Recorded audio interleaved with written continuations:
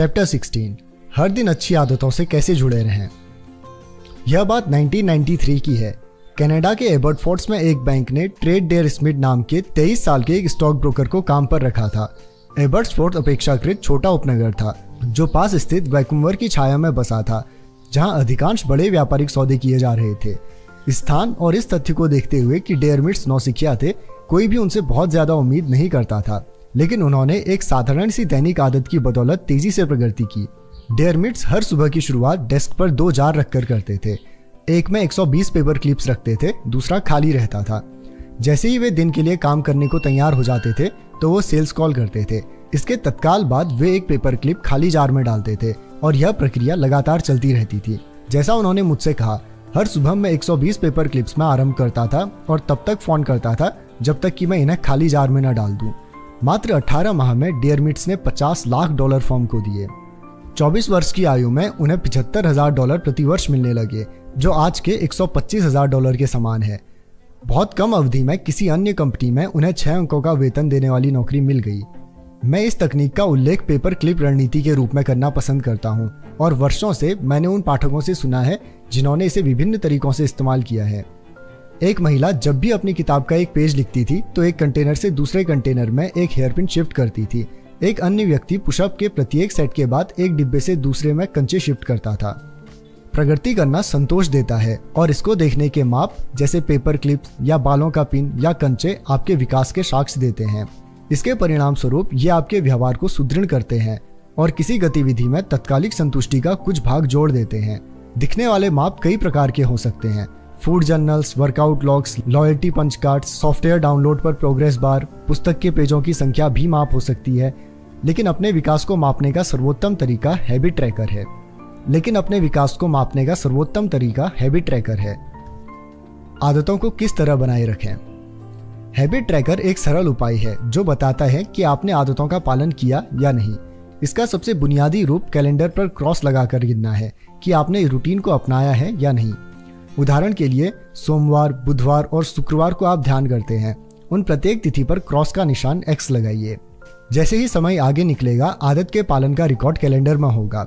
अनगिनत लोगों ने इस तरह अपनी आदतों पर नजर रखी है, लेकिन शायद इनमें सबसे प्रसिद्ध बेंजामिन फ्रैंकलिन थे।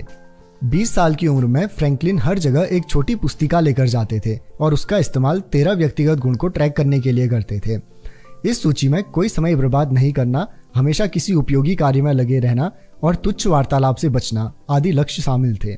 प्रत्येक दिन के अंत में फ्रैंकलिन अपनी पुस्तिका खोलते थे और अपनी प्रगति दर्ज करते थे। माना जाता है कि जेरी सेनफील्ड हैबिट ट्रैकर का उपयोग करते हैं ताकि वे चुटकुले लिखने की अपनी आदत से जुड़े रहें। डॉक्यूमेंट्री कॉमेडियन में वो बताते हैं कि उनका लक्ष्य हर दिन चुटकुले लिखने की कड़ी को कभी नहीं तोड़ना है। दूसरे शब्दों में, वे इस बात पर केंद्रित नहीं रहते हैं कि कोई विशेष मजाक कितना अच्छा या बुरा है या वे कितना प्रेरित अनुभव करते हैं। वे सिर्फ अपनी आदत को प्रदर्शित करने और उसमें कुछ जोड़ने पर केंद्रित होते हैं। कड़ी को कभी तोड़े नहीं, यह एक सशक्त मंत्र है। सेल्स कॉल्स की कड़ी को मत तोड़ो और आप सफल कारोबार की किताब लिख देंगे। वर्कआउट की कड़ी को मत तोड़ो और आप उम्मीद से पहले ही फिट हो जाएंगे। हर दिन कुछ बनने की कड़ी को मत तोड़ो और आपका पोर्टफोलियो प्रभावशाली हो जाएगा। हैबिट ट्रैकिंग इसीलिए शक्तिशाली होती है क्योंकि इसमें व्यवहार बदलने के कई नियमों का लाभ मिलता है। यह व्यवहार को स्पष्ट, आकर्षक और संतोषप्रद बनाती है। आइए प्रत्येक को अलग करके देखें। लाभ 1, हैबिट ट्रैकिंग स्पष्ट होती है। अपनी अंतिम क्रिया को रिकॉर्ड करने से एक ट्रिगर बनता है जो आपके अगले कार्य को आरंभ कर सकता है। हैबिट ट्रैकिंग स्वाभाविक रूप से आपके कैलेंडर पर X की रेखा या आपके खाने के रिकॉर्ड में भोजन की सूची जैसे देखे जाने योग्य संकेतों की श्रृंखला बढ़ाती है। जब आप कैलेंडर पर नजर डालते हैं और रेखा को देखते हैं तो आपको फिर से कार्य करने की याद आती है। शोध से पता चलता है कि जो लोग वजन कम करने, धूम्रपान छोड़ने और रक्तचाप को कम करने जैसे लक्ष्यों पर अपनी प्रगति को ट्रैक करते हैं, उन सभी में उनकी तुलना में बेहतर सुधार की संभावना होती है जो ऐसा नहीं करते। 1600 से अधिक लोगों के अध्ययन में पाया गया कि जिन लोगों ने रोजाना के भोजन का रिकॉर्ड रखा, उनका वजन उन लोगों की तुलना में 2 गुना घट गया जिन्होंने कोई रिकॉर्ड नहीं रखा। एक व्यवहार पर नजर रखने मात्र से इसे बदलने की तीव्र इच्छा पैदा होती है। हैबिट ट्रैकिंग आपको ईमानदार बनाए रखती है। हम में से ज्यादातर लोगों का अपने व्यवहार के प्रति विकृत दृष्टिकोण होता है। हम सोचते हैं कि हम बेहतर काम कर रहे हैं जबकि हम उतना बेहतर नहीं कर रहे होते हैं। मापन हमारे अपने व्यवहार से हमारे अंधेपन को दूर करने का तरीका प्रदान करता है और ध्यान में लाता है कि प्रत्येक दिन वास्तव में क्या हो रहा है। कंटेनर में पेपर क्लिप्स पर एक नज़र डालने से आप तुरंत जान जाते हैं कि आपने कितना काम किया है या नहीं किया है। जब शख्स ठीक आपके सामने होता है तो खुद से झूठ बोलने की संभावना कम होती है। लाभ 2, हैबिट ट्रैकिंग आकर्षक होती है। प्रेरणा का सबसे प्रभावी रूप प्रगति होता है। जब हमें संकेत मिलता है कि हम आगे बढ़ रहे हैं तो हम उस रास्ते पर आगे बढ़ने के लिए ज्यादा प्रेरित हो जाते हैं। इस तरह हैबिट ट्रैकिंग का अभिप्रेरणा पर व्यसनकारी प्रभाव पड़ सकता है। प्रत्येक छोटी जीत आपकी इच्छा की पूर्ति करती है। किसी बुरे दिन यह विशेष रूप से शक्तिशाली हो सकती है। जब आप निराश महसूस कर रहे होते हैं तो आपके द्वारा पहले से की गई सभी प्रकृति को भूलना आसान होता है। हैबिट ट्रैकिंग आपकी कड़ी मेहनत को देखे जाने योग्य प्रमाण प्रदान करती है। आप कितनी दूर आ गए हैं इसका एक सूक्ष्म रिमाइंडर। आप प्रत्येक सुबह जो खाली वर्ग देखते हैं वह आपको आरंभ करने के लिए प्रेरित कर सकता है, क्योंकि आप रेखा को तोड़कर अपनी प्रगति नहीं खोना चाहते। लाभ 3, हैबिट ट्रैकिंग संतोषजनक होती है। यह सबसे महत्वपूर्ण लाभ है। ट्रैकिंग स्वयं पुरस्कार का रूप बन सकती है। अपनी कार्य सूची से एक आइटम को हटाना, अपने वर्कआउट लॉग में एक प्रविष्टि को पूरा करना या कैलेंडर पर एक क्रॉस अंकित करना संतोषजनक होता है। परिणामों को बढ़ता देखना आपको अच्छा लगता है, चाहे आपके निवेश पोर्टफोलियो का आकार हो या आपकी पुस्तक की पांडुलिपि की लंबाई हो, और यदि अच्छा अनुभव होता है तो आपके टिके रहने की अधिक संभावना होती है। हैबिट ट्रैकिंग गेंद पर नजर रखने में आपकी मदद करती है। आप परिणाम के बजाय प्रक्रिया पर ध्यान केंद्रित करते हैं। आप सिक्स पैक एप्स का शरीर बनाने पर केंद्रित नहीं हो जाते। आप केवल लकीर को जीवित रखने की कोशिश कर रहे होते हैं और उस तरह का व्यक्ति बनने की कोशिश कर रहे होते हैं जो वर्कआउट मिस नहीं करता। सारांश में हैबिट ट्रैकिंग देखे जाने योग्य संकेत बनाती है जो आपको कार्य करने के लिए याद दिला सकती है। स्वाभाविक रूप से प्रेरित कर रही होती है, क्योंकि आप जो प्रगति कर रहे हैं उसे देख सकते हैं और उसे खोना नहीं चाहते, और तब संतोषजनक महसूस कराती है जब आप अपनी आदत का एक और सफल उदाहरण रिकॉर्ड करते हैं। इसके अलावा हैबिट ट्रैकिंग देखे जाने योग्य प्रमाण प्रदान करती है कि आप जिस तरह का व्यक्ति बनने की इच्छा रखते हैं उसके लिए वोट डाल रहे हैं, जो तत्कालिक और आंतरिक संतुष्टि का आनंददायक रूप है। आप आश्चर्य कर रहे होंगे कि यदि हैबिट ट्रैकिंग इतनी उपयोगी है तो मैंने इसके बारे में चर्चा करने से पहले इतनी प्रतीक्षा क्यों की। सभी लाभों के बावजूद मैंने इस पर चर्चा अब तक एक साधारण कारण से नहीं की थी। बहुत से लोग ट्रैकिंग और मापने के विचार का विरोध करते हैं। यह एक बोझ की तरह महसूस हो सकता है, क्योंकि यह आपको 2 आदतों पर विवश करता है। आप जिस आदत को पहले बनाने की कोशिश कर रहे हैं और फिर उसे ट्रैक करने की आदत। जब आप पहले से ही किसी आहार योजना का पालन करने के लिए जूझ रहे हैं तो कैलोरी की गिनती परेशानी की तरह लगती है।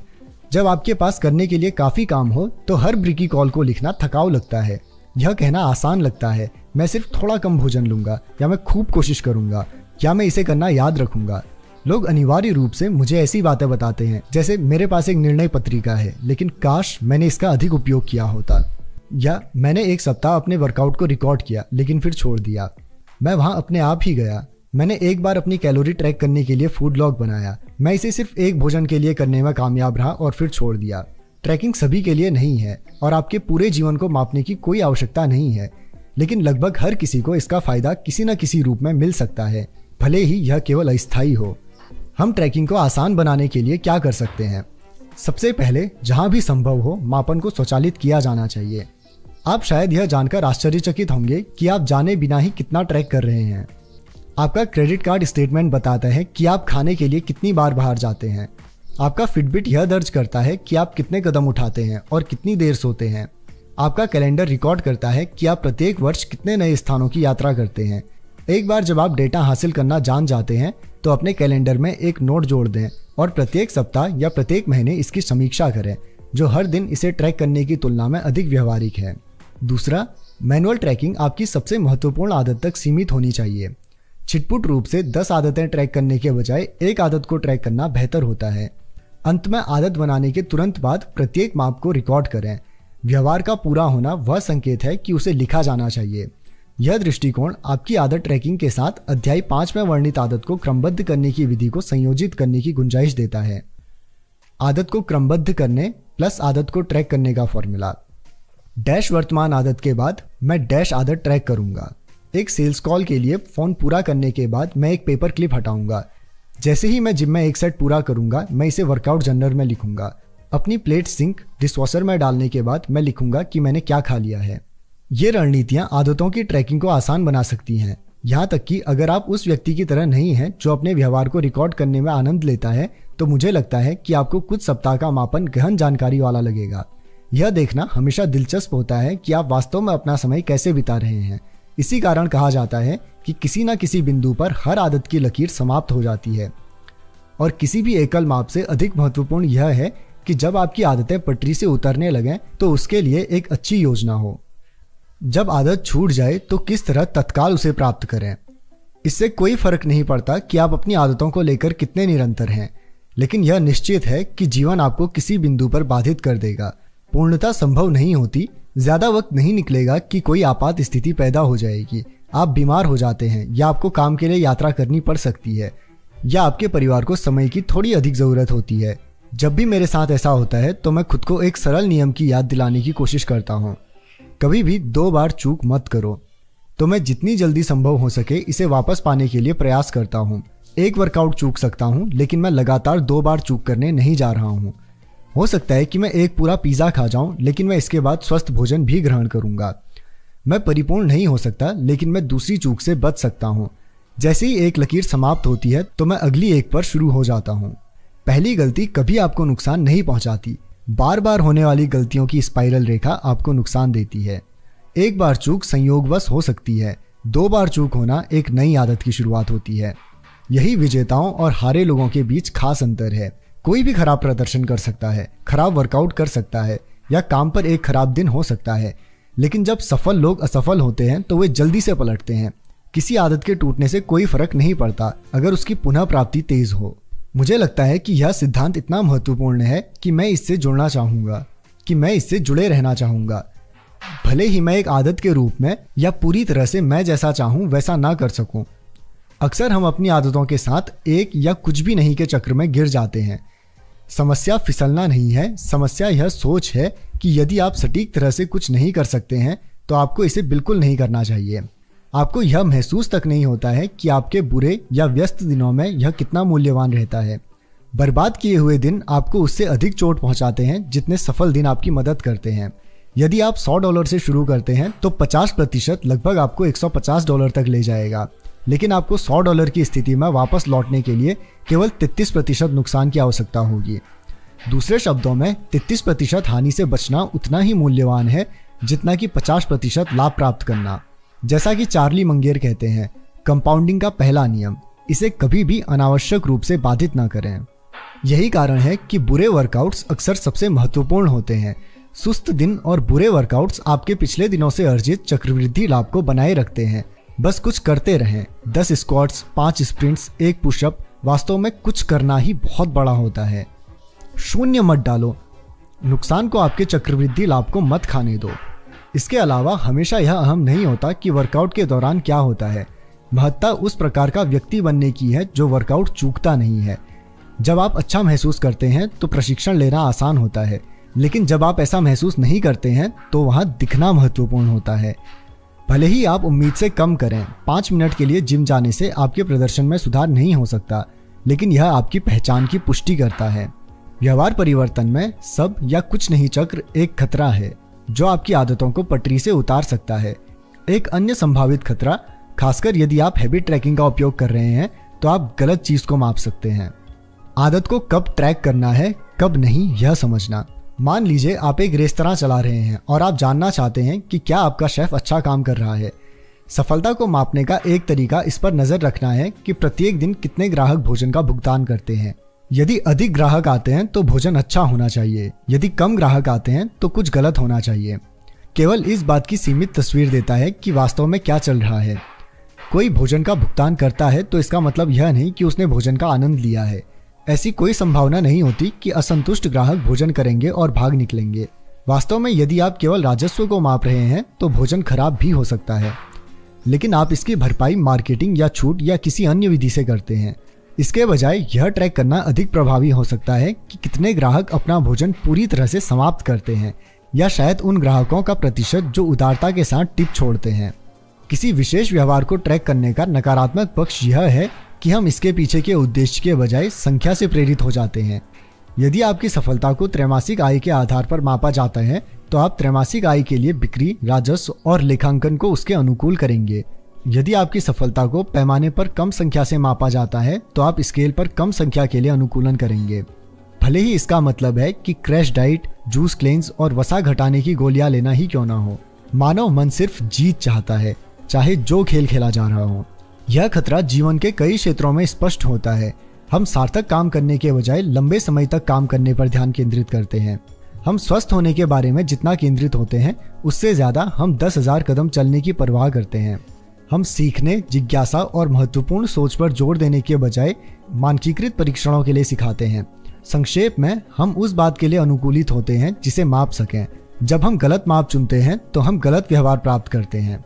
इसे कभी कभी गुडहार्ट विधि के रूप में जाना जाता है। यह अर्थशास्त्री चार्ल्स गुडहार्ट के नाम पर रखा गया सिद्धांत है, जो कहता है जब एक उपाय लक्ष्य बन जाता है तो यह अच्छा उपाय नहीं रहता है। माप केवल तब उपयोगी होता है जब यह आपका मार्गदर्शन करता है और संदर्भ को एक बड़े चित्र में जोड़ता है, न कि तब जब यह आपका उपभोग करता है। प्रत्येक संख्या समग्र प्रणाली में फीडबैक का अंश मात्र है। हमारी डेटा संचालित दुनिया में हम संख्याओं को ज्यादा करके आंकते हैं और कोई भी चीज जो स्पष्ट, नर्म और मुश्किल से निर्धारित की जाने वाली होती है उसका मूल्य कम आंकते हैं। हम गलत सोचते हैं कि जिन कारकों को हम माप सकते हैं वे केवल वही कारक मौजूद होते हैं। आप किसी चीज को माप सकते हैं, इसका मतलब यह नहीं कि वही सबसे महत्वपूर्ण है। आप किसी चीज को माप नहीं सकते तो इसका मतलब यह बिल्कुल भी नहीं है कि वह महत्वपूर्ण नहीं है। कहने का मतलब है कि हैबिट ट्रैकिंग को उचित स्थान पर रखना महत्वपूर्ण होता है। अपनी आदत को रिकॉर्ड करना और प्रगति को ट्रैक करना संतोषजनक एहसास दे सकता है, लेकिन माप केवल एक चीज नहीं है जो मायने रखती है। इसके अलावा प्रगति को मापने के कई तरीके होते हैं और कभी कभी फोकस को पूरी तरह से शिफ्ट करने से भी मदद मिलती है। यही कारण है कि बिना पैमाने की जीत वजन घटाने के लिए प्रभावी हो सकती है। पैमाने पर संख्या अटक सकती है, इसलिए यदि आप केवल उस संख्या पर ध्यान केंद्रित करते हैं तो आपकी प्रेरणा शिथिल हो जाएगी।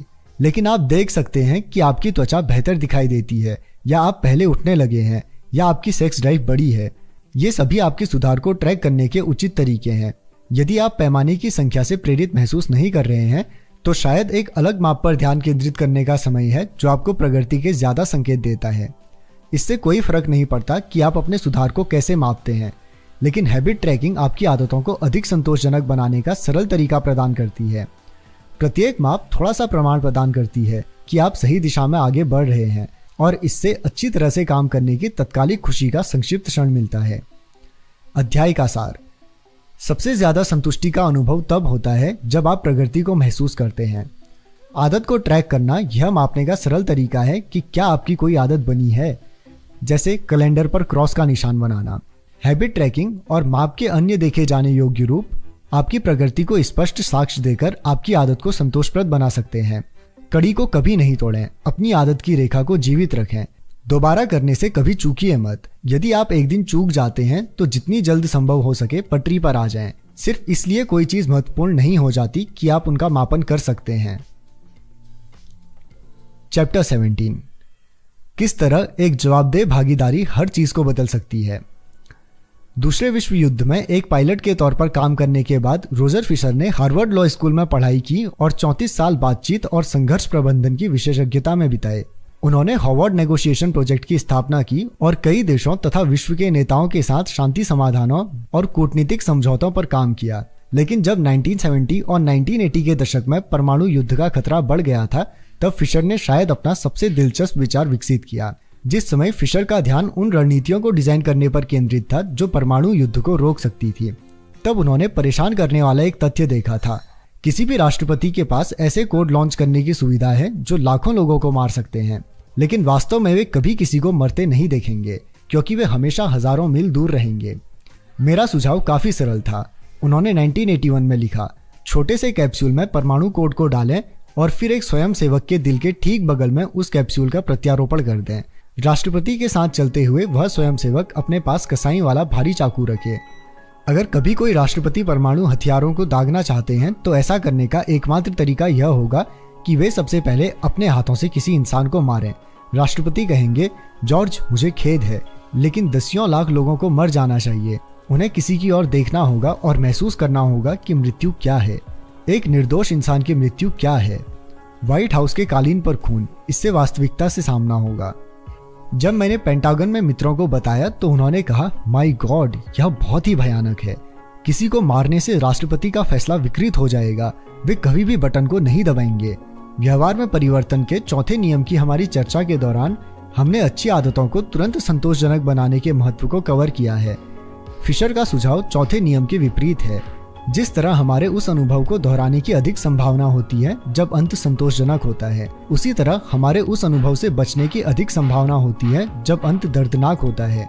दर्द प्रभावी शिक्षक होता है। यदि कोई असफलता दर्दनाक होती है तो वह दिमाग में छप जाती है। यदि असफलता अपेक्षाकृत दर्द रहित होती है तो इसे नजरअंदाज कर दिया जाता है। जितनी तत्कालिक और अधिक बड़ी गलती होती है, उतनी ही तेजी से आप उसे सीख लेंगे। बुरी समीक्षा की चेतावनी एक प्लम्बर को काम अच्छा करने के लिए बाध्य करती है।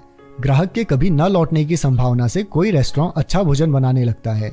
गलत रक्तवाहिका को काटने की कीमत एक सर्जन को मानव शरीर की रचना विज्ञान में महारत हासिल करने और सावधानी पूर्वक ऑपरेशन करने के लिए बाध्य करती है। जब परिणाम गंभीर होते हैं तो लोग जल्दी सीखते हैं। जितना अधिक तत्काल दर्द होता है, उस व्यवहार की उतनी ही कम संभावना होती है। यदि आप बुरी आदतों को रोकना चाहते हैं और गैर सेहतमंद व्यवहारों को खत्म करना चाहते हैं, तो कार्रवाई में त्वरित कीमत को जोड़ना उनकी संभावनाओं को कम करने का शानदार तरीका है। हम बुरी आदतों को दोहराते हैं क्योंकि वे किसी तरह हमारे काम आती हैं और इससे उनका प्रत्याग करना कठिन हो जाता है। इस संकट को दूर करने का सबसे अच्छा तरीका जो मुझे पता है वह है व्यवहार से जुड़ी सजा की गति को बढ़ाना। कार्रवाई और परिणामों के बीच अंतर नहीं हो सकता। जितनी जल्द कोई कार्य तत्काल परिणाम देता है, व्यवहार में बदलाव आने लगता है। जब विलंब से भरने पर अतिरिक्त फीस ली जाती है तो उपभोक्ता अपने बिल समय पर देने लगते हैं। जब स्टूडेंट की ग्रेड को उनकी उपस्थिति से जोड़ देते हैं तो वे क्लास में नजर आने लगते हैं। थोड़े से दर्द से बचने के लिए हम ढेर सारी छलांग लगाते हैं। जाहिर है इसकी एक सीमा होती है। यदि आप व्यवहार को बदलने के लिए सजा पर भरोसा करने जा रहे हैं तो सजा की ताकत उस व्यवहार की सापेक्ष शक्ति से मेल खानी चाहिए जिसे वह सही करने की कोशिश कर रही है। उत्पादक होने के लिए टालमटोल की कीमत कार्रवाई की कीमत से अधिक होनी चाहिए। स्वस्थ रहने के लिए आलस्य की कीमत व्यायाम की कीमत से अधिक होनी चाहिए। एक रेस्टोरेंट में धूम्रपान करने या रिसाइकल करने में असफल रहने के लिए जुर्माना लगाया जाना कार्रवाई के साथ परिणाम जोड़ देता है। व्यवहार केवल तभी बदलता है जब सजा पर्याप्त दर्दनाक हो और सुदृढ़ता से लागू हो। सामान्य तौर पर जितना अधिक स्थानीय, मूर्त, ठोस और तत्काल परिणाम होता है, उतना ही उसके व्यक्तिगत व्यवहार को प्रभावित करने की संभावना होती है। अधिक वैश्विक, अमूर्त, अस्पष्ट और विलंबित परिणाम के व्यक्तिगत व्यवहार को प्रभावित करने की कम संभावना होती है। शुक्र है किसी भी बुरी आदत से कीमत को तत्काल जोड़ने का एक सीधा तरीका है। आदत का अनुबंध बनाएं। आदत का अनुबंध। सबसे पहले सीट बेल्ट का कानून 1 दिसंबर 1984 को न्यूयॉर्क में पारित किया गया था। उस समय मात्र 14% लोग ही अमेरिका में सीट बेल्ट का प्रयोग करते थे, लेकिन बाद में वह सब बदलता चला गया। मात्र 5 वर्ष में आधे देश में सीट बेल्ट का कानून बन गया। आज 50 में से 49 राज्यों में सीट बेल्ट पहनना कानूनी तौर पर लागू हो चुका है। यह मात्र कानून नहीं है, सीट बेल्ट पहनने वाले लोगों की संख्या नाटकीय रूप से बदल चुकी है। 2016 में 88% लोग अमेरिका में कार में बैठते ही हर बार सीट बेल्ट पहन लेते थे। सिर्फ 30 वर्ष में आदतों में पूरी तरह से उलटफेर हो गया। लाखों लोग सीट बेल्ट पहनने लगे। कानून और नियम इस बात के उदाहरण हैं कि सरकार कैसे सामाजिक अनुबंध बनाकर हमारी आदतों को बदल सकती है। एक समाज के रूप में हम सामूहिक रूप से कुछ नियमों का पालन करने पर सहमत होते हैं और फिर उन्हें एक समूह के रूप में लागू करते हैं। जब भी कोई नया कानून व्यवहार को प्रभावित करता है, जैसे सीट बेल्ट कानून, रेस्टोरेंट के अंदर धूम्रपान पर प्रतिबंध लगाना, अनिवार्य रिसाइकलिंग आदि, तो यह हमारी आदतों को आकार देने वाले सामाजिक अनुबंध का एक उदाहरण है। समूह एक निश्चित तरीके से कार्य करने के लिए सहमत होता है और यदि आप उसका पालन नहीं करते हैं तो आपको दंडित किया जाता है।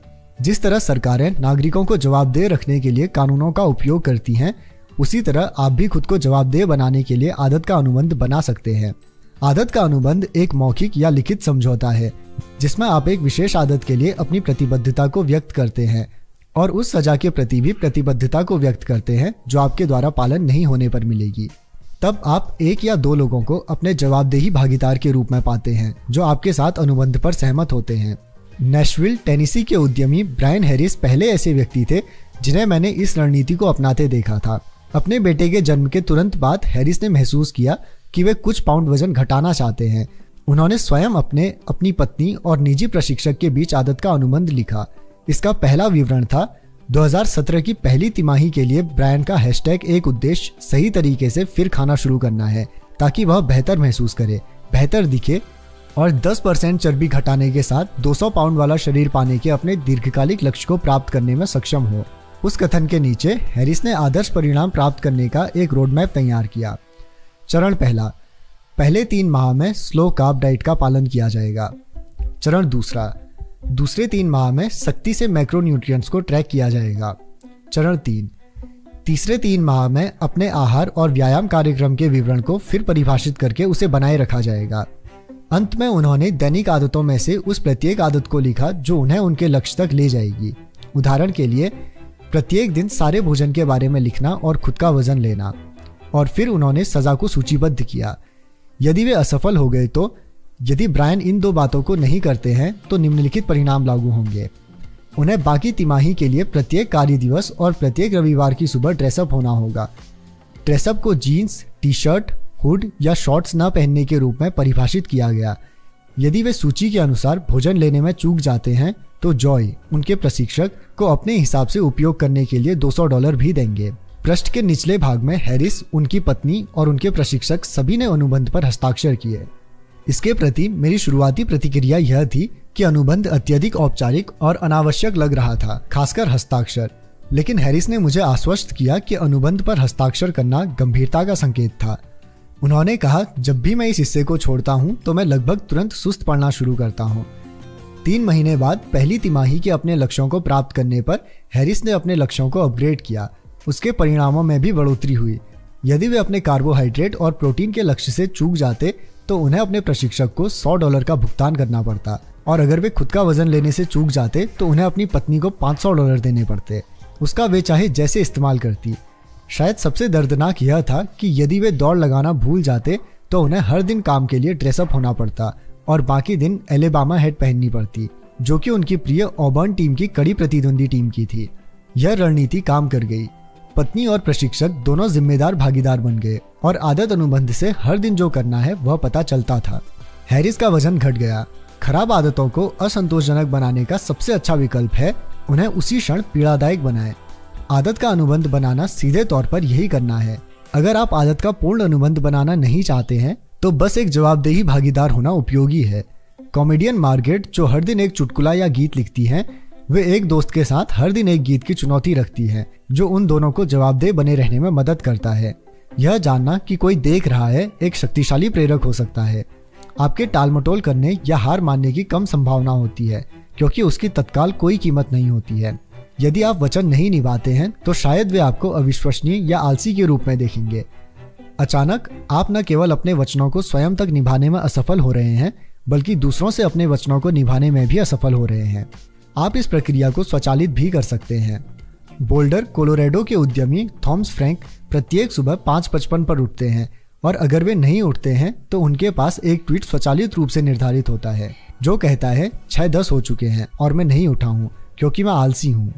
इसका जवाब देने पर पेपैल से $5 मिलेंगे, यह मानते हुए कि मेरा अलार्म खराब नहीं हुआ है।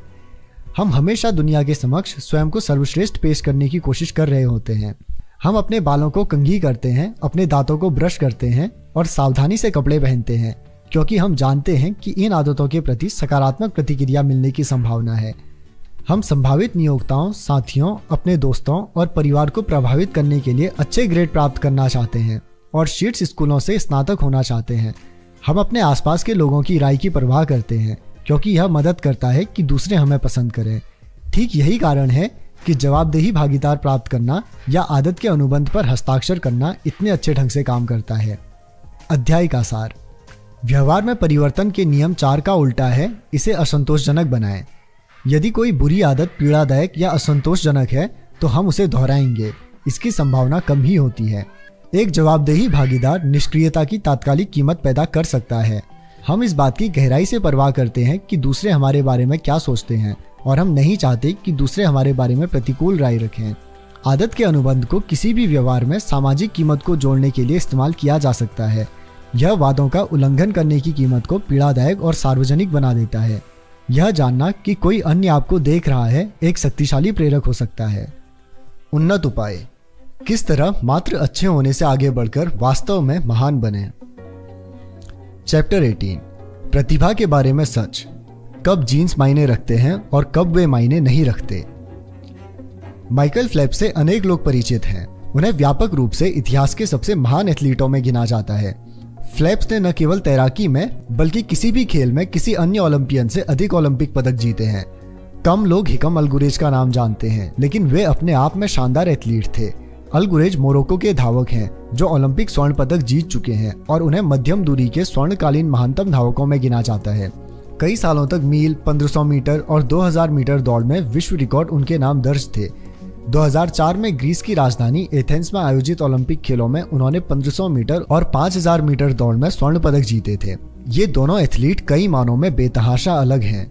जिन्हें पता न हो उन्हें बता दें, एक ने जमीन पर और दूसरे ने पानी में प्रतिस्पर्धा की, लेकिन विशेष रूप से वे लंबाई में काफी भिन्न हैं।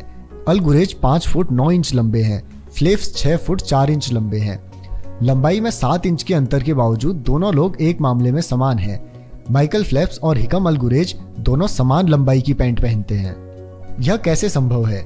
अपनी लंबाई के हिसाब से फेल्प्स के पैर अपेक्षाकृत छोटे हैं और उनका बहुत बड़ा धड़ है जो तैराकी के लिए एकदम सही है। अल गुरेज के अविश्वसनीय रूप से लंबे पैर और छोटा ऊपरी शरीर है जो दूरी की दौड़ के लिए आदर्श कदकाठी है। अब कल्पना करें विश्व स्तरीय ये दो एथलीट अपने खेल बदल लें। क्या माइकल फेल्प्स अपनी छोटी टांगों के कारण पर्याप्त प्रशिक्षण के बाद भी ओलंपिक धावक बन सकेंगे? यह असंभव है। फिटनेस के लिहाज से देखें तो फेल्प्स 194 पाउंड के हैं जो गुरेज से 40% भारी है। गुरेज 138 पाउंड के कम वजन के धावक हैं। लंबे धावक भारी धावक साबित होते हैं और उनका अधिक भार दूर तक दौड़ने में उनके लिए श्राप बन जाता है। कुलीन प्रतिस्पर्धा के विपरीत इसमें फेल्प्स पहले ही हार जाएंगे।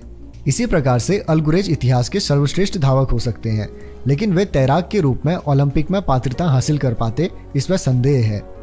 1976 से 1500 मीटर के धावकों की औसत लंबाई 5 फीट 10 इंच है।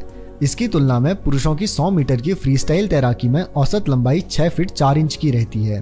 तैराक लंबे रहते हैं और उनकी पीठ और भुजा लंबी होती है जो तैरने के लिए आदर्श होती है। अल गुरेज ने तैराकी में प्रवेश भी किया होता तो गंभीर नुकसान में रहते। सफलता के अपने क्षेत्र को अधिकतम करने की कुंजी प्रतियोगिता के सही क्षेत्र का चयन करना होता है। यह आदत बदलने की तरह ही खेल और व्यवसाय में भी बिल्कुल सत्य है। आदतों का प्रदर्शन करना और उनके साथ जुड़े रहना तब अपेक्षाकृत ज्यादा आसान होता है जब आदतें आपके प्राकृतिक झुकाव और क्षमताओं के अनुरूप होती हैं। पूल में माइकल फेल्प्स या ट्रैक पर हिकम अल गुरेज की तरह आप वह गेम खेलना चाहते हैं जिसकी संभावनाएं आपके पक्ष में होती हैं। इस रणनीति को अपनाने के लिए यह आसान सच स्वीकार करना होगा कि लोग विभिन्न क्षमताओं के साथ जन्म लेते हैं। कुछ लोग इस तथ्य पर बहस नहीं करना चाहते। सतह पर दिखता है कि आपके जीन्स तय हैं और उन पर बात करने का कोई औचित्य नहीं है जो आपके नियंत्रण में नहीं है। जैविक निर्धारण जैसे मुहावरे कुछ ऐसे लगते हैं मानो कुछ ही व्यक्ति सफलता के लिए बनाए गए हैं, शेष सब असफल रहेंगे। लेकिन यह व्यवहार पर जीन्स के प्रभाव का संकुचित नजरिया माना जाएगा। जेनेटिक्स की ताकत ही उसकी कमजोरी भी होती है। जीन्स को आसानी से बदला नहीं जा सकता।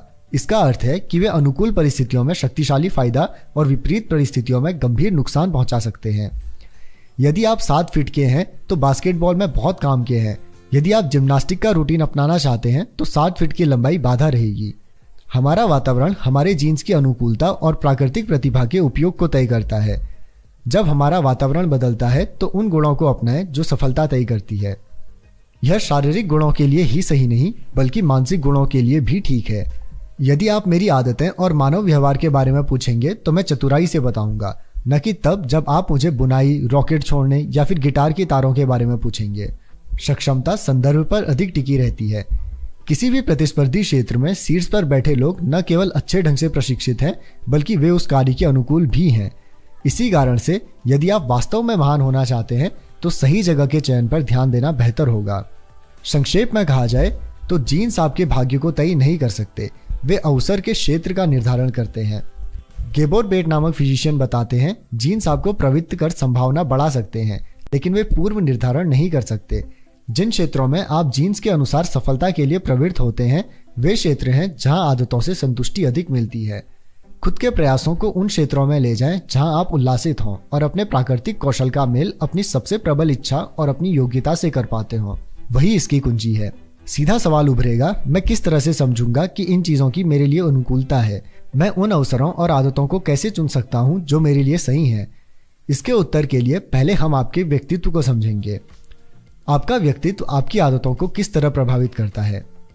आपके जीन्स आपकी हर आदत के पीछे काम करते हैं। वास्तव में हर व्यवहार की सतह के नीचे। आप कितने घंटे टीवी देखते हैं, आप किस तरह से विवाह या अलगाव कर सकते हैं, किस तरह से नशे, शराब या निकोटीन की लत अपना सकते हैं, इन पर जीन्स का प्रभाव ही रहता है।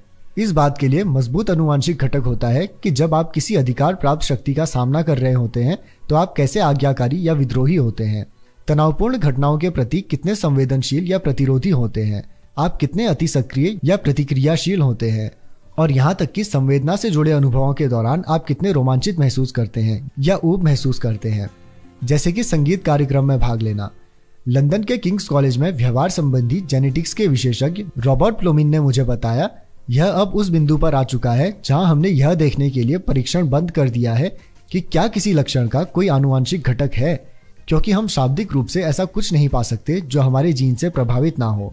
एक साथ बंधे जेनेटिक लक्षणों को आपके अनूठे समूह और आपको एक विशेष व्यक्तित्व की ओर प्रवृत्त करते हैं।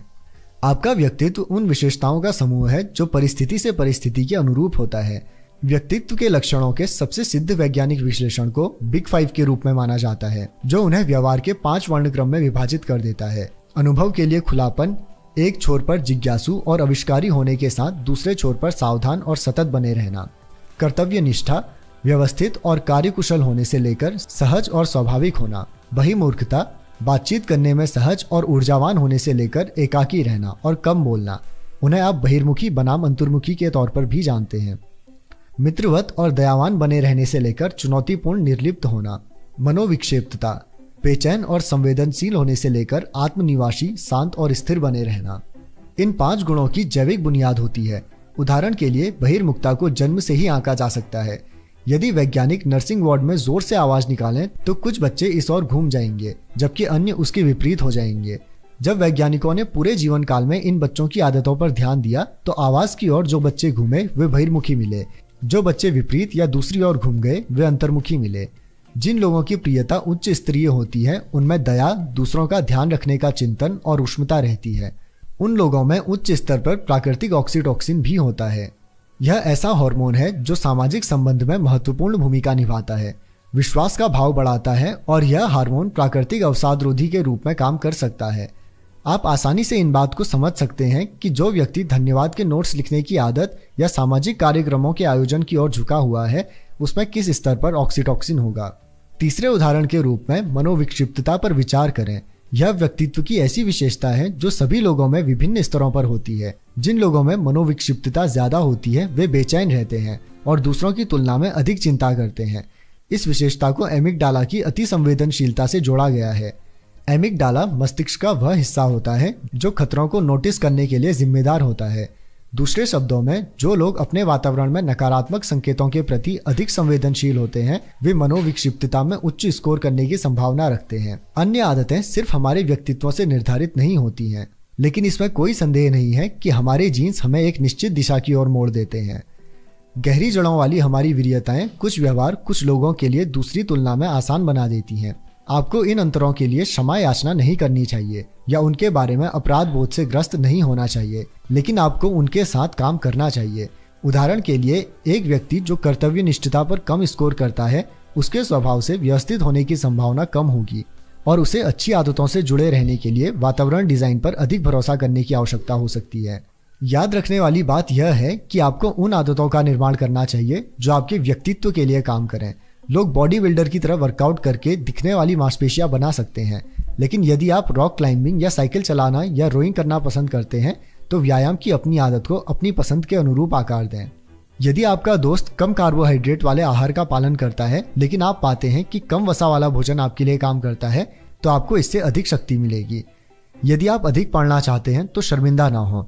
यदि आप नॉन फिक्शन के बजाय रोमांच से भरपूर उपन्यास पसंद करते हैं, जो भी आपको मोहित करता है उसे पढ़ें। वह आनंद चुनें जो आपको सबसे अच्छी लगती हो, न कि वह जो सबसे लोकप्रिय है। हर आदत का एक स्वरूप होता है जो आपको खुशी और संतुष्टि ला सकता है। इसकी तलाश करें। यदि आदतें चलती रहें, इसलिए आदतें सुखद होनी चाहिए। चौथे नियम के पीछे मूल विचार यही है। अपनी आदतों को अपने व्यक्तित्व के साथ जोड़ना अच्छी शुरुआत है, लेकिन यह कहानी का अंत नहीं है। उन परिस्थितियों को खोजने और डिजाइन करने के लिए अपना ध्यान केंद्रित करें जहां आप प्राकृतिक रूप से अनुकूल हैं। कैसे वह खेल ढूंढें जिसमें संभावनाएं आपके पक्ष में हों। जिस खेल में संभावनाएं आपके पक्ष में हों उसे सीखना चाहिए। यह प्रेरणा को बनाए रखने और सफल अनुभव करने के लिए महत्वपूर्ण है। सैद्धांतिक रूप से आप हर चीज का सुख ले सकते हैं, लेकिन व्यवहार में उन्हीं चीजों का आनंद उठा सकते हैं जो स्वाभाविक रूप से आपके पास आती हैं। जो लोग किसी खास चीज में महारत रखते हैं और उसमें प्रतिभाशाली होते हैं, वे उस कार्य में अधिक सक्षम हो सकते हैं और अच्छे काम के लिए प्रशंसा पाते हैं। वे ऊर्जावान बने रहते हैं और चूंकि वे अच्छे वेतन और बड़े अवसरों से लाभान्वित होते हैं जो उन्हें खुश ही नहीं बल्कि अच्छी गुणवत्ता वाला कार्य करने के लिए प्रेरित करते हैं, यह अच्छा चक्र है। सही आदत चुनें और उससे प्रगति आसान होती है। गलत आदत चुनी और जीवन में कठिनाई आ जाएगी। आप सही आदत का चयन किस तरह करेंगे? प्रथम कदम वही है जिसे हमने तीसरे नियम इसे आसान बनाए में शामिल किया था। कई मामलों में जब लोग गलत आदतों को चुन लेते हैं तो इसका सीधा मतलब होता है कि उन्होंने ऐसी आदत चुन ली है जो बहुत कठिन थी। जब आदत आसान होती है तो आपके सफल होने की संभावना बढ़ जाती है। जब आप सफल होते हैं तो आप अधिक संतोष अनुभव करते हैं। हालांकि एक अन्य स्तर पर भी विचार किया जा सकता है। लंबे समय तक आप इसमें आगे बढ़ते हैं और सुधार करते हैं तो कोई भी क्षेत्र चुनौतीपूर्ण लग सकता है। यहीं पर आपको तय करना होता है कि आप सही खेल खेल रहे हैं जो आपकी सामर्थ्य के अनुकूल है। आप उसका पता कैसे लगाएंगे? सबसे आम उपाय है प्रयोग और त्रुटि। स्वाभाविक रूप से इस रणनीति के साथ समस्या है क्योंकि जीवन बहुत अल्प है। आपके पास इतना समय नहीं होता कि आप हर करियर अपना कर देखें, हर अविवाहित के साथ डेट करें या हर संगीत वाद्य बजा सकें। सौभाग्य से एक प्रभावी उपाय इस उलझन से निपटने का है और उसे एक्सप्लोर एक्सप्लॉइट ट्रेड ऑफ कहते हैं। किसी नई गतिविधि की शुरुआत में ही अन्वेषण की अवधि होनी चाहिए। रिश्तों में इसे डेटिंग कहा जाता है। कॉलेज में इसे लिबरल आर्ट्स कहा जाता है। व्यापार में इसे स्प्लिट टेस्टिंग कहा जाता है। इसका लक्ष्य कई संभावनाओं को आजमाना, विचारों की विस्तृत श्रृंखला पर शोध करना और एक विस्तृत परिदृश्य रखना होता है। अन्वेषण की प्रारंभिक अवधि के बाद अपना ध्यान सर्वश्रेष्ठ समाधान की ओर स्थानांतरित करें जो आपको मिल गया है, लेकिन कभी कभी प्रयोग भी करते रहें। उचित संतुलन इस बात पर निर्भर करता है कि आप जीत रहे हैं या हार रहे हैं। अगर आप वर्तमान में जीत रहे हैं तो दोहन करते रहें। यदि आप वर्तमान में हार रहे हैं तो आप अन्वेषण जारी रखें। लंबे समय में उस रणनीति पर काम करना ही प्रभावी होता है जो 80 से 90% तक परिणाम देती है और शेष 10 से 20% के लिए अन्वेषण लगातार करते रहें। गूगल ने अपने कर्मचारियों से कहा था कि हफ्ते में अपना 80% ऑफिस के काम के लिए दीजिए और 20% उन प्रोजेक्ट्स पर काम करिए जो उनकी पसंद के हों। इसकी वजह से ही अब तक के सबसे सफल प्रोडक्ट्स एडवर्ड्स और जीमेल बन गए। आदर्श दृष्टिकोण इस बात पर भी निर्भर करता है कि आपके पास कितना समय है। अगर आपके पास बहुत समय है, जैसे कोई अपने करियर की शुरुआत में है, तो ज्यादा अन्वेषण करना समझ में आता है, क्योंकि एक बार जब आप सही चीज खोज लेते हैं तो फिर आपके पास इसका दोहन करने का पर्याप्त समय होता है।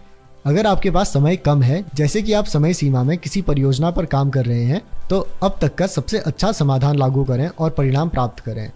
जैसे ही आप विभिन्न विकल्पों का पता लगाते हैं तो सवालों की एक श्रृंखला शुरू होती है जो आप अपने आप से लगातार पूछ सकते हैं ताकि उन आदतों और क्षेत्रों तक पहुंच सकें जो आपके लिए सबसे संतोषजनक होंगे।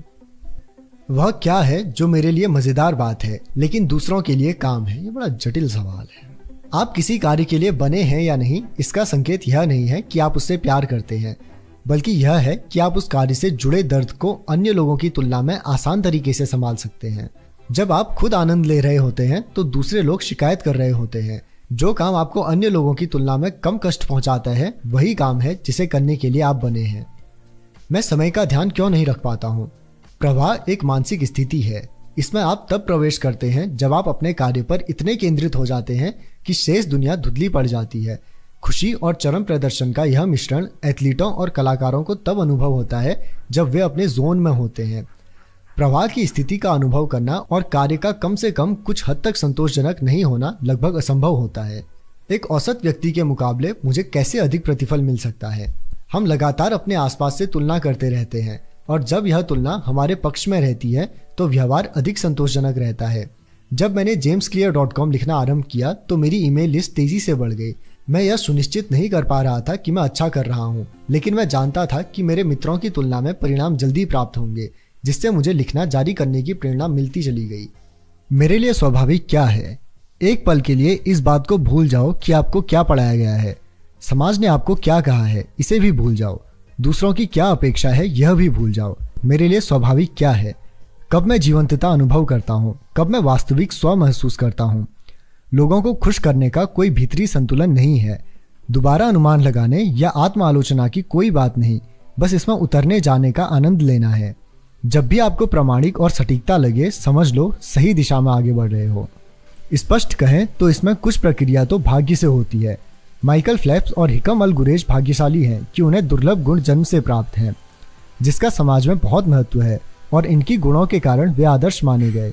इस ग्रह पर हमारे पास समय बहुत ही कम है, और वास्तव में महान वही है जो न केवल खूब मेहनत कर रहे हैं, बल्कि उनका भाग्य भी अच्छा है, जो अवसरों को अपने पक्ष में ले जाते हैं। लेकिन तब क्या करेंगे जब आप इसे भाग्य के लिए नहीं छोड़ना चाहते? यदि आप ऐसा खेल नहीं ढूंढ सकते जिसमें सारे पक्ष आपके समर्थन में हों, तो किसी एक को अपने पक्ष में कर लो। डिल्बर्ट के कार्टूनिस्ट स्कॉट एडम्स कहते हैं, हर एक के पास कुछ क्षेत्र रहते हैं जिनमें वे शीर्ष 25% में हो सकते हैं, बस कुछ प्रयास करने होंगे। मेरे मामले में मैं अन्य लोगों के मुकाबले अच्छे से चित्रकारी कर सकता हूँ, लेकिन मैं आर्टिस्ट नहीं हूँ। मैं उस औसत कॉमेडियन की तुलना में अधिक मजाकिया नहीं हूँ जो कभी नाम नहीं कमा पाते, लेकिन मैं ज्यादातर लोगों से ज्यादा मजाकिया हूँ। चमत्कार यह है कि कुछ लोग ही अच्छा चित्र बना सकते हैं और व्यंग्य लिख सकते हैं। इन दोनों का संयोजन ही मेरे काम को दुर्लभ बना देता है, और जब मेरे व्यवसाय में यह जुड़ता है तो अचानक ही मेरे पास एक विषय रहता है जिसे मुश्किल से कोई कार्टूनिस्ट अनुभव किए बिना समझ सकता है। जब आप बेहतर होकर नहीं जीत सकते तो आप अलग होकर जीत सकते हैं। अपने कौशल का संयोजन करके आप प्रतिस्पर्धा के स्तर को कम कर देते हैं, जो विशिष्ट होना आसान बना देता है। आप नियमों को फिर से लिखकर जेनेटिक लाभ की जरूरत या वर्षों के अभ्यास को शॉर्टकट कर सकते हैं। एक अच्छा खिलाड़ी उस खेल को जीतने की कड़ी मेहनत करता है जो हर कोई खेल रहा है। एक महान खिलाड़ी एक नया खेल रचता है जो उसकी ताकत के अनुरूप होता है और कमजोरियों से उसकी रक्षा करता है। कॉलेज में मैंने खुद के विषय रचे थे, बायोमैकेनिक्स, जो भौतिकी, रसायन, जीव विज्ञान और शरीर विज्ञान का संयोजन था। मैं इतना अच्छा नहीं था कि भौतिकी या जीव विज्ञान में टॉप पर आ सकूं, जो मैंने अपना खुद का विषय बनाया। और चूंकि यह मुझे अनुकूल लगा तो मैंने यह कोर्स इसलिए लिया क्योंकि मेरी इसमें रुचि थी और इसे पढ़ना मुझे काम नहीं लगता था। साथ ही इसमें किसी अन्य के साथ तुलना से मैं बच जाया करता था। क्लास में कोई इस तरह के विषयों का संयोजन नहीं ले रहा था, तो कौन कह सकता है कि वह बेहतर है या बदतर। खराब जेनेटिक्स की दुर्घटना से पार जाने का सबसे ताकतवर तरीका विशेषज्ञता है। किसी कौशल में आपकी जितनी अधिक महारत होगी, उतना ही दूसरों को प्रतिस्पर्धा करने में परेशानी होगी। कई बॉडी बिल्डर औसत पंजा लड़ाने वालों से बहुत शक्तिशाली होते हैं, लेकिन भारी भरकम बॉडी बिल्डर भी पंजा लड़ाने में धूल चाटते हैं, क्योंकि पंजा लड़ाना एक विशेष विधा है। भले ही आप प्राकृतिक रूप से प्रतिभा के धनी नहीं हैं, लेकिन किसी गूढ़ रणनीति में आप सर्वश्रेष्ठ हो सकते हैं। उबलता पानी किसी आलू को नरम कर देगा, लेकिन अंडे को सख्त बनाएगा। भले ही आप आलू हो या अंडा, आप इसे नियंत्रित नहीं कर पाएंगे, लेकिन आप ऐसा खेल तय कर सकते हैं जहां नर्म या सख्त होना बेहतर हो। यदि आप अच्छा वातावरण पाते हैं तो हालात बदल सकते हैं, जहां आप कुछ चीजें जो आपके विरोध में हैं वे आपके पक्ष में ढल जाएं। अपने जीन से कैसे अधिकतम हासिल करें? हमारे जीन्स खूब मेहनत की आवश्यकता को खत्म नहीं कर सकते, वे इसे स्पष्ट करते हैं। वे हमें बताते हैं कि किसमें कड़ी मेहनत करनी है।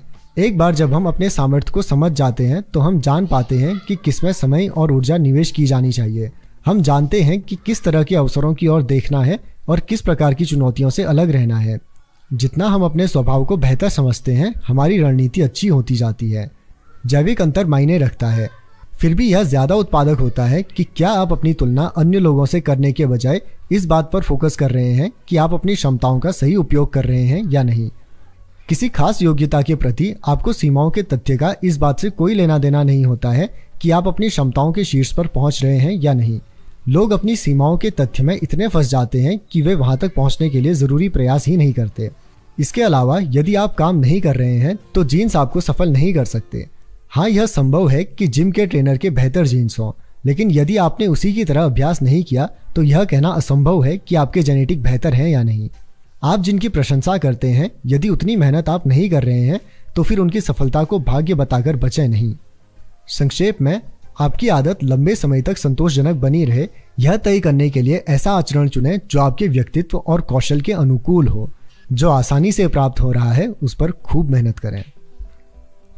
अध्याय का सार। सफलता की संभावनाओं को अधिकतम करने की कुंजी है प्रतिस्पर्धा के लिए सही क्षेत्र का चयन।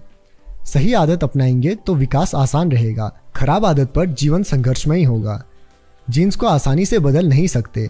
इसका अर्थ है कि अनुकूल स्थितियों में वे जोरदार लाभ देते हैं और विपरीत स्थितियों में वे गंभीर नुकसान करते हैं। आदतें तब आसान रहती हैं जब वे आपकी प्राकृतिक क्षमताओं से जुड़ती हुई होती हैं। आपके अनुकूल श्रेष्ठ आदतों को चुनें। ऐसा खेल खेलिए जो आपके सामर्थ्य के अनुसार हो। यदि कोई खेल नहीं चुन सकते तो नया खेल बनाएं। जीन्स कड़ी मेहनत की जरूरत को खत्म नहीं कर सकते, वे इसे स्पष्ट करते हैं। वे बताते हैं किस पर कड़ी मेहनत करनी चाहिए। चैप्टर 19, गोल्डीलॉक्स का नियम, किस प्रकार जीवन और कार्य में प्रेरित रहें। बात पुरानी है। एक बच्चा जो 10 वर्ष का था वह कैलिफोर्निया के एनाहाइम में डिज्नीलैंड में काम मांगने के लिए गया। यह 1955 में उस समय खुला ही था। उस वक्त श्रम कानून ढीले थे और उसे वहां गाइड बुक्स की बिक्री का काम मिल गया। यह बुक उसे $0.50 प्रति कॉपी के हिसाब से बेचनी थी। 1 वर्ष के भीतर ही उस लड़के को डिज्नी की मैजिक शॉप में रख दिया गया, जहां उसने बड़े कर्मचारियों से कुछ ट्रिक्स सीख ली। उसने कुछ जोक्स के साथ प्रयोग किए और कुछ सामान्य जादू आगंतुकों के समक्ष पेश किए। जल्द ही उसे अनुभव हुआ कि मैजिक दिखाना तो उसे पसंद ही नहीं है, लेकिन वह सामान्य तौर पर प्रस्तुति देना पसंद करता है। उसने अपनी दृष्टि कॉमेडियन बनाने की ओर टिका ली। किशोरावस्था में उसने लॉस एंजलिस के आसपास छोटे क्लबों में प्रदर्शन करना शुरू किया। भीड़ ज्यादा नहीं होती थी और उसके शो छोटे होते थे। वह शायद ही कभी 5 मिनट से अधिक समय तक मंच पर रहता था। भीड़ में ज्यादातर लोग खाने पीने में व्यस्त रहते थे या दोस्तों के साथ बात करते रहते थे, उसकी तरफ ध्यान नहीं देते थे। एक रात सचमुच उसने अपना स्टैंड अप रूटीन खाली क्लब में दिया। यह ग्लैमरस काम नहीं था, लेकिन इसमें कोई शक नहीं था कि वे बेहतर हो रहा था। शुरू में उसके शो केवल 1 या 2 मिनट के होते थे। हाई स्कूल तक उसके पास इतनी सामग्री आ चुकी थी कि शो 5 मिनट तक चल सकते थे। कुछ साल बाद 10 मिनट तक के शो होने लगे। 19 साल की उम्र में वे सप्ताह में 20 मिनट के शो कर रहा था। शो के दौरान उसे 3 कविताएं पढ़नी होती थी ताकि शो को लंबा किया जा सके, लेकिन उसका कौशल लगातार निखर रहा था। 1 और दशक उसने प्रयोग, समायोजन करने और प्रैक्टिस में लगाया। उसे बतौर टीवी लेखक का काम मिल गया और धीरे धीरे वह टॉक शो में स्वयं दिखाई देने लगा। 1970 के दशक के मध्य तक आते आते वह द टुनाइट शो और सैटरडे नाइट लाइव में नियमित गेस्ट के तौर पर नजर आने लगा। काम करते हुए 15 वर्ष हो जाने पर इस युवक को ख्याति हासिल हो गई। 63 दिनों में उसने 60 शहरों का दौरा किया, फिर 80 दिन में 72 शहरों, फिर 90 दिन में 85 शहरों का दौरा किया। ओहायो में उसके शो में शामिल होने वाले 18,695 लोग थे। न्यूयॉर्क में 3 दिन के शो के लिए 45,000 टिकट बिके। वह अपने क्षेत्र में शिखर पर आ गया था और अपने समय का सर्वाधिक सफल कॉमेडियन बन गया। उनका नाम स्टीव मार्टिन है। मार्टिन की कहानी इस मसले पर आकर्षक परिप्रेक्ष्य प्रदान करती है कि यदि हम लंबे समय तक किन्हीं आदतों का पालन करते हैं तो क्या परिणाम सामने आता है। कॉमेडी डरपोक लोगों के लिए नहीं होती है। ऐसी स्थिति की कल्पना करना भी मुश्किल है जो ज्यादा लोगों के दिलों में डर पैदा करती है कि वे अकेले मंच पर प्रदर्शन करें और कोई एक दर्शक भी ना हंसे। और फिर भी स्टीव मार्टिन ने हर हफ्ते 18 साल तक इस डर का सामना किया। उनके शब्दों में 10 वर्ष उन्होंने सीखने में बिताए, 4 वर्ष उसे सुधारने में और 4 वर्ष जोरदार सफलता के। ऐसा क्यों है कि मार्टिन जैसे कुछ ही लोग अपनी आदतों का पालन करते हैं, भले ही जोक सुनाना हो, कार्टून ड्रॉ करना हो या गिटार बजाना हो, जबकि हम में से अधिकांश प्रेरित रहने के लिए संघर्ष करते हैं। हम ऐसी आदतों को कैसे बनाएं जो हमें उनके खत्म हो जाने के बजाय उन्हें करते रहने के लिए हमें तैयार करें। वैज्ञानिक अनेक वर्षों से इस सवाल का जवाब ढूंढ रहे हैं। वैसे बहुत सीखने को है, लेकिन इसमें एक सबसे अच्छी बात यह पता चली है कि प्रेरक शक्ति को बनाए रखने और उच्च स्तर को प्राप्त करने के लिए उस कार्य पर ध्यान दें जिसमें कठिनाई को आसानी से हल कर सकें। मानव मस्तिष्क को चुनौती पसंद है, लेकिन तभी जब वह कठिनाई की इष्टतम परिधि में हो। यदि आपको टेनिस पसंद है और किसी 4 वर्ष के बच्चे के साथ कोई गंभीर मैच खेलेंगे तो जल्द ही आप ऊब उठेंगे। आप हर पॉइंट जीतेंगे, यह आपके लिए बहुत आसान है। इसके उलट यदि आप किसी पेशेवर खिलाड़ी जैसे रोजर फेडरर या सेरेना विलियम्स के समक्ष खेलेंगे तो आप जल्द ही प्रेरणा खो देंगे, क्योंकि मैच बहुत कठिन हो जाएगा। आप किसी बराबरी वाले के साथ टेनिस खेलने की कल्पना करें। जैसे ही खेल आगे बढ़ेगा आप कुछ पॉइंट जीतेंगे और कुछ नहीं जीतेंगे। आपके जीतने की संभावना रहेगी, लेकिन ऐसा तभी होगा जब आप वास्तविक रूप से प्रयास करेंगे। आपका ध्यान सटीक हो जाता है, भटकाव नहीं रहता और आप खुद को हाथ में आए काम में पूरी तरह से खपा देते हैं। यह वह चुनौती है जिसमें आ रही कठिनाई का प्रबंधन आप कर सकते हैं। यह गोल्डीलॉक्स नियम का सबसे अच्छा उदाहरण है। गोल्डीलॉक्स का नियम कहता है कि मनुष्य चरम प्रेरणा का अनुभव उन कार्यों पर काम करते समय करते हैं जो उनकी वर्तमान क्षमताओं की सीमाओं के अनुरूप होते हैं। बहुत ज़्यादा कठोर नहीं, बहुत ज़्यादा आसान नहीं, बस सही हो। मार्टिन का कॉमेडी करियर गोल्डीलॉक्स के नियम के व्यवहार में आने का उदाहरण है। हर वर्ष उन्होंने अपने कॉमेडी शो का समय बढ़ाया, लेकिन मात्र 1 या 2 मिनट तक। वे हमेशा नई चीज जोड़ लेते थे, लेकिन कुछ हास्य भी देते थे जिस पर हंसी आना तय था। कई सफलताओं के कारण वे प्रेरित रहते थे और इतनी त्रुटियां हो जाती थी कि वे कड़ी मेहनत करते थे। जब आप नई आदत शुरू कर रहे हों तो महत्व इस बात का है कि आप अपने व्यवहार को इतना आसान रखें कि आप उस पर तब भी बने रहें जब स्थिति ठीक नहीं हो। इस विचार को हमने व्यवहार में बदलाव के तीसरे नियम पर विमर्श करते हुए विस्तार से समझा था। एक बार आदत स्थापित हो जाए तो महत्वपूर्ण यह है कि इसे छोटे तरीकों से आगे बढ़ाते जाएं। मामूली सुधार और नई चुनौतियां आपको व्यस्त रखेंगी।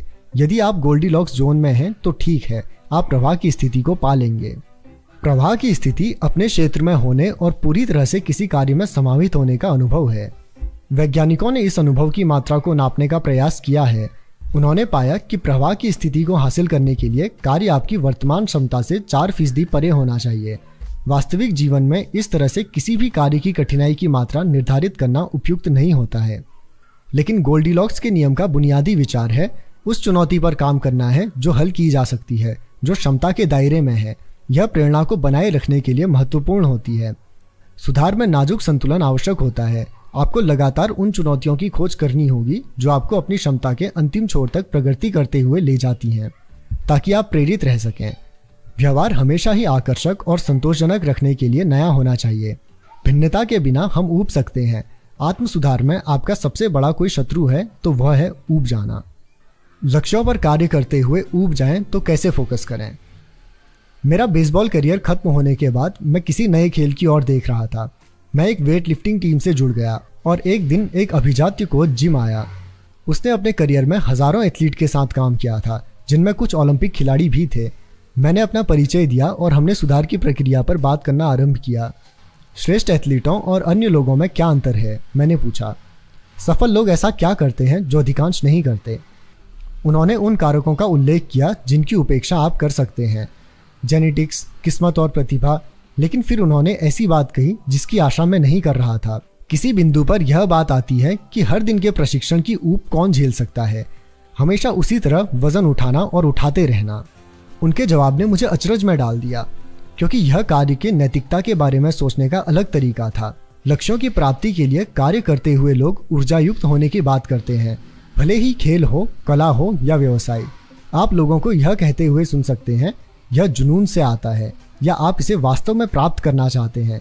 इसके फलस्वरूप हम में से कई लक्ष्य प्राप्त न होने की अवस्था में या प्रेरित न हो पाने पर अवसाद से घिर जाते हैं, क्योंकि हम सोचने लगते हैं कि सफल लोगों के भीतर कभी ना खत्म होने वाला जुनून रहता है। इसके विपरीत इस कोच ने कहा कि सफल लोगों में उसी तरह से प्रेरणा की कमी होती है जितनी सामान्य लोगों में रहती है। अंतर केवल इतना है कि वे उबाऊ महसूस होने के बजाय एक रास्ता निकाल लेते हैं। महारत के लिए अभ्यास जरूरी होता है, लेकिन जितना अधिक अभ्यास करेंगे उतना उबाऊ और रोजमर्रा का काम समझने लगेंगे। एक बार अभ्यास के आरंभिक फायदे मिलने और यह समझ लेने के बाद कि क्या प्राप्त करना है, हमारी रुचि घटने लगती है। कभी कभी यह उससे भी तेज हो जाता है। आपको सिर्फ यह करना है कि कुछ दिन जिम लगातार जाइए या लगातार कुछ ब्लॉग पोस्ट लिखिए और एक दिन चूक होने दें जो ज्यादा अनुभव नहीं होने देगा। चीजें या कार्य बहुत अच्छा चल रहा है। एक दिन के अवकाश को तर्कसंगत ठहराना आसान होता है क्योंकि आप अच्छी स्थिति में होते हैं। सफलता में सबसे गंभीर खतरा ऊब जाना है, असफलता नहीं। हम आदतों से ऊब जाते हैं क्योंकि वे हमें प्रसन्न करना बंद कर देती हैं। नतीजा प्रत्याशित होता है। जैसे ही हमारी आदतें मामूली हो जाती हैं तो हम नवीनता के लिए हमारे विकास को बेपटरी कर देते हैं। इसी कारण हम कभी ना समाप्त होने वाले चक्र में घिर जाते हैं और एक वर्कआउट से दूसरे पर, एक डाइट से दूसरी पर, एक व्यवसाय के विचार से दूसरे पर भागते रहते हैं। जैसे ही हम थोड़ा सा भी कम प्रेरित अनुभव करते हैं, हम नई रणनीति शुरू कर देते हैं, भले ही पुरानी अभी भी काम कर रही हो। मैकियावेली ने लिखा था, मानव में नवीनता की इच्छा इस सीमा तक होती है कि जो लोग अच्छा कर रहे होते हैं वे भी उतना ही बदलाव चाहते हैं जितना बदलाव खराब काम करने वाले चाहते हैं। शायद इसी कारण से आदत बनाने वाले ज्यादातर प्रोडक्ट्स वे रहते हैं जो हमें लगातार नयापन देते रहते हैं।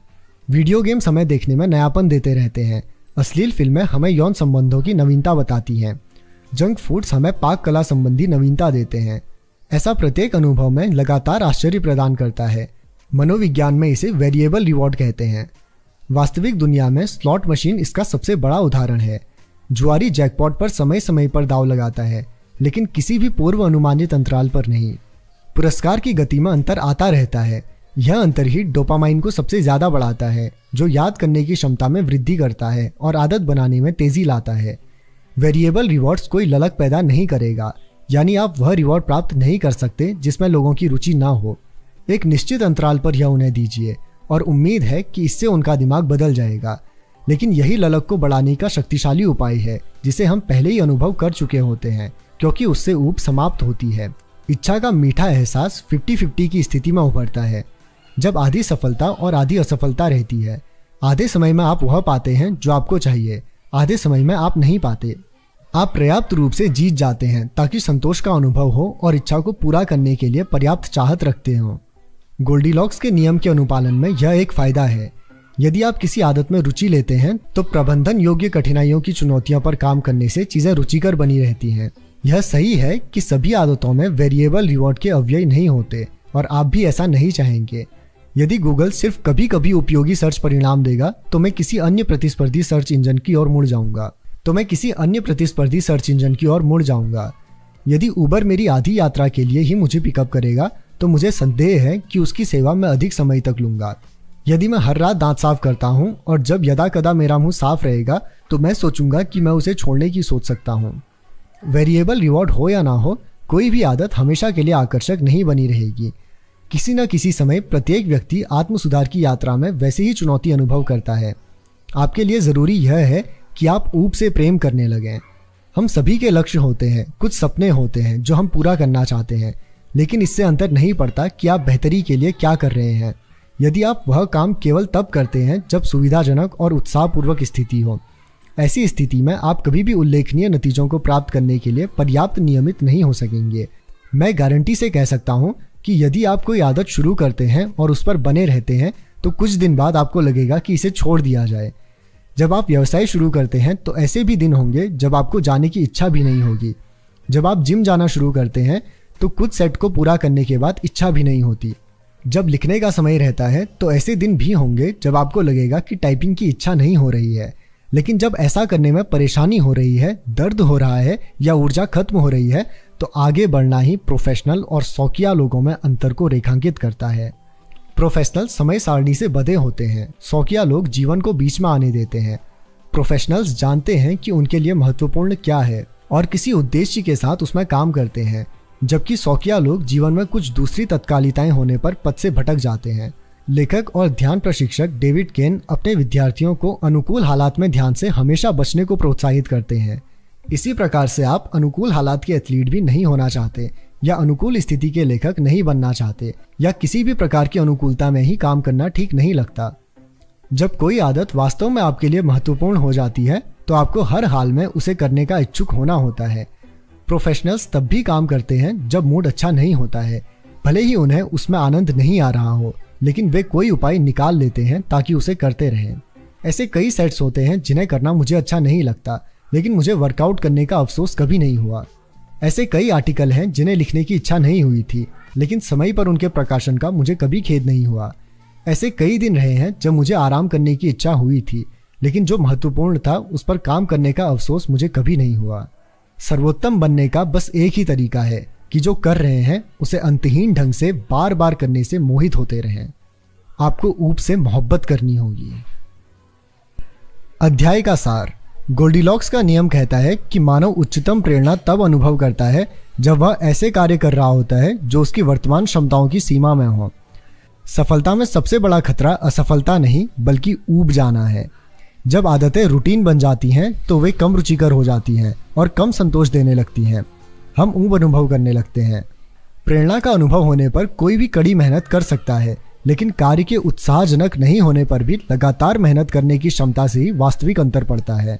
प्रोफेशनल समय सारणी से बंधे होते हैं, लेकिन शौकीन लोग जीवन को बीच में आने देते हैं।